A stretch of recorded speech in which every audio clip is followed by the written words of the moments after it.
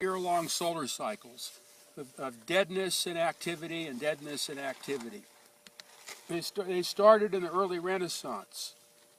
And they peaked out around World War II, and now that we're in cycle 24, the sun's going dead, and it's not creating an ionosphere. It's like the solar cycles are ending. So today the solar flux is 140 something. It should be 200 and something. So the sun's only operating at half power right now for this part of the cycle.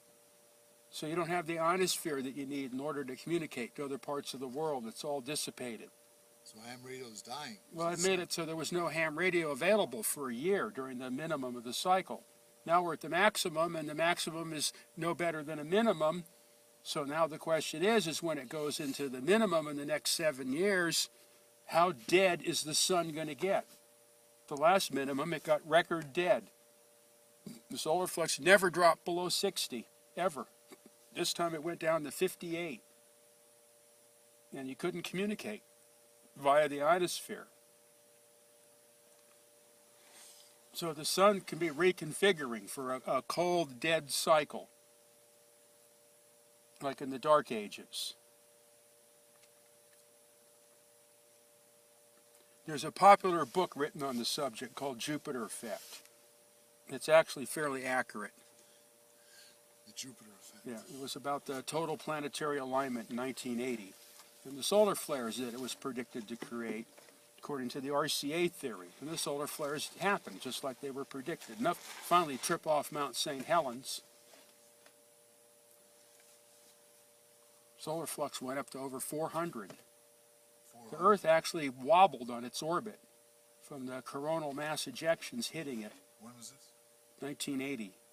October 1980. Is that where you did the ceremony? Where it controls all the frequencies. So if you don't know what the sun's doing, you don't know what frequencies to use. That's why RCA started radio astrology. You have to know what the sun's doing, and the planets tell you what the sun's doing. So RCA gave me the equipment, Sonoma State provided me with the place to do it, and the cosmos provided me with the total planetary alignment. So I was the guy with the equipment and everything right there as the thing happened. I studied the whole event over the couple of years that the whole solar cycle built into this alignment. There's no inside structure. Is it hollow? Yeah, there's only a surface. There's nothing inside. Is the sun actually, do you believe, combusting in on It's itself? not burning anything. There's no fusion in the sun. That's well understood. Proven. Yeah, well, there's not the way to prove that there is any. It's only in the flares that you get fusion. That's why all the X-rays. The flares, the arcs, and the X-rays, and the microwaves, and whatever result of fusion in the arcs. There's no fusion in the sun. They don't know how the sun works. Why do you, what's special, how does the sun make light? It's a transformer. Transforms from some other dimension. It's not burning anything. It doesn't have to. It's a converter. Of what? I don't know. Nobody knows. But that's what it does. That's the only thing it can do, because that's how everything works. It's transforming from another dimension. Yeah, you could say it's taking energy from another dimension, counter space. There's no energy, actually. You can't, most of it you can't even measure in outer space or see. You can't see. No, you can't see the sun in free space. So the sun is not visible in outer space. Not in free space. It's only invisible when gross matter becomes involved, like the Earth's atmosphere and envelope and the surface of the moon or whatever. That makes the light. Otherwise, there is no light. You can see the moon, you can see the Earth, but you can't see the sun or you can't see the stars. But you can see the planets and the satellite. Right. You can see material objects, but you cannot see the sources of light. There is no light until there's a material object. To reflect off. So that means there's no time delay. So the whole time delay thing is meaningless. It doesn't take light years. There are no light years because there's no light. So that means that the light you see from the distant stars isn't 4 million years old. It could be only minutes old. It could be instantaneous. All the theories collapse when you can't see the stars in outer space. This is where you log the solar flares?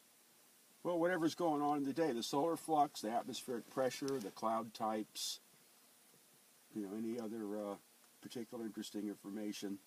But these are the positions of the hurricanes. So this was E, whatever that one was. I don't bother with the names. There's letters. These are the ones. These occurred off of Baja. Baja. Just recently? Yeah, well, this was in July. So that stuff moves up here and starts the thunderstorms. Yeah. So, Well, nuclear fission is a religion. it's It's a law. The world must believe. That's all there is. The sun is an atomic bomb burning in the sky. If you don't believe that, you're going to go to jail. Okay, now, your theory on the sun, I want to get. Hollow. So every planetary object is hollow, right? All hollow. Well, the sun's definitely hollow because I studied the sun for 4 years straight. This is a And question. it's obviously hollow. Okay. And the solar, the sunspots are holes that allow you to see inside. Really? Yeah, it's dark inside.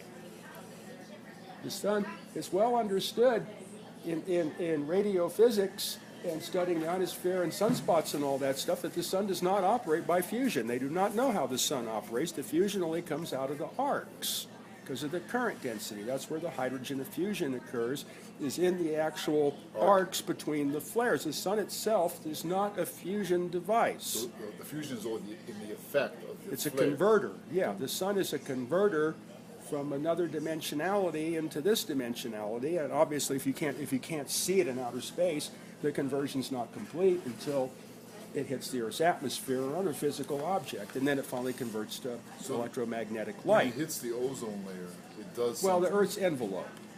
There's envelope. Yeah, its envelope is undefined.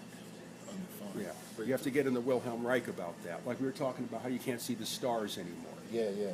So the sun, would you say it makes its quote-unquote energy through some electrical etheric process? Yeah, because of its voltage, its So- position. Would you call it some kind of etheric lamp? A lantern? Yeah, of it's some like a kind? giant Tesla lamp. You know, in the Converter. the sun is a converter. Yeah. It's not burning anything. So it's an etheric electrical Yeah, converter. converter. And It's converting from primary force to secondary force.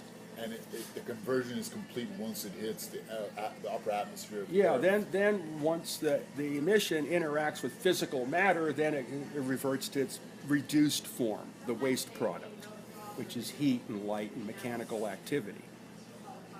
But it doesn't start off like that, and its origin is undefined because it comes from what people like to say another dimension, counter space.